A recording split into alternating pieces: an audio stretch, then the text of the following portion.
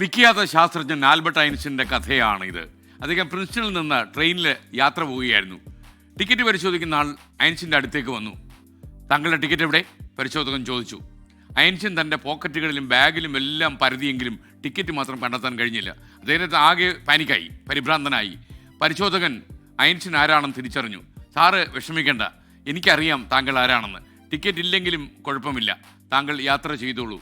പരിശോധകൻ വളരെ സൗമ്യമായി, വളരെ ആദരവോടെ ലോകമറിയുന്ന വിഖ്യാത ശാസ്ത്രജ്ഞനാണ് ഈ ആൽബർട്ട് ഐൻസ്റ്റീൻ തൻ്റെ കൺമുന്നിലുള്ളതെന്ന് മനസ്സിലാക്കിയിട്ട് പറഞ്ഞു. എന്നാൽ ഐൻസ്റ്റീൻ തൻ്റെ തരച്ചിൽ അപ്പോഴും തുടരുകയാണ്. അവിടെ ഇവിടെയും തപ്പിക്കൊണ്ടിരിക്കുകയാണ്. ഒടുവിൽ അദ്ദേഹം തൻ്റെ കോട്ടിൻ്റെ പോക്കറ്റിൽ നിന്ന് ചുരുട്ടിയ കടലാസ് കഷ്ണം പുറത്തെടുത്തു. ടിക്കറ്റായിരുന്നു. പരിശോധകൻ ചിരിച്ചുകൊണ്ട് പറഞ്ഞു, സാർ, ഞാൻ പറഞ്ഞില്ലേ ടിക്കറ്റ് ഇല്ലെങ്കിലും പ്രശ്നമില്ല, അങ്ങേക്ക് യാത്ര ചെയ്യാമെന്ന്. അതിന് ഐൻസ്റ്റീൻ പറഞ്ഞ മറുപടി വളരെ ശ്രദ്ധിക്കണം. അതെ, താങ്കൾ പറഞ്ഞതൊക്കെ ശരിയാ, പക്ഷേ എനിക്ക് എവിടെയാണ് പോകേണ്ടത് എന്നറിയാൻ ഈ ടിക്കറ്റ് വളരെ ആവശ്യമാണ്. ഐൻസ്റ്റീൻ്റെ മറുപടി വളരെ ഒരുപക്ഷെ ടിക്കറ്റ് എക്സാമിനെ വളരെ അത്ഭുതപ്പെടുത്തി. കാരണം അദ്ദേഹത്തിൻ്റെ മറവി ഏറെ പ്രശസ്തമാണ്. കാരണം അദ്ദേഹം എങ്ങോട്ടാണ് യാത്ര ചെയ്യുന്നതെന്ന് ചിലപ്പോൾ അദ്ദേഹം മറന്നു പോകാൻ സാധ്യതയുണ്ട്. ടിക്കറ്റ് എടുത്ത് നോക്കുമ്പോൾ അറിയാമല്ലോ എങ്ങോട്ടാണ് പോകുന്നതെന്ന്.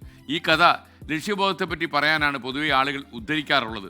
ജീവിതത്തിൽ എങ്ങോട്ട് പോകണം, എന്ത് നേടണം എന്നതിനെക്കുറിച്ച് വ്യക്തമായ ഒരു ധാരണ നമുക്കില്ലെങ്കിൽ എത്ര കഴിവുണ്ടെങ്കിലും പ്രയോജനമില്ല.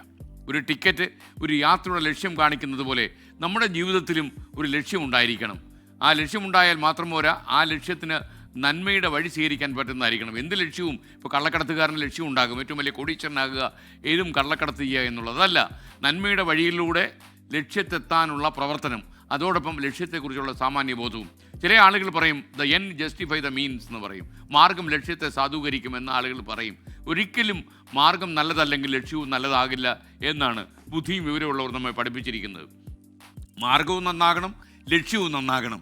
നമുക്ക് ജീവിതത്തിലുള്ള ആ ലക്ഷ്യത്തെക്കുറിച്ച് ആലോചിച്ചുകൊണ്ട് നല്ല ലക്ഷ്യങ്ങൾ നമുക്കുണ്ടാകുക, നല്ല മാർഗവും നമ്മൾ കണ്ടുപിടിക്കുക. ആ ഒരു നന്മയുടെ ചിന്തയോടെ നമുക്ക് ഇന്നത്തെ മോർണിംഗ് ഷോ തുടങ്ങാം. എല്ലാവർക്കും ഒരിക്കൽ കൂടി സ്വാഗതം.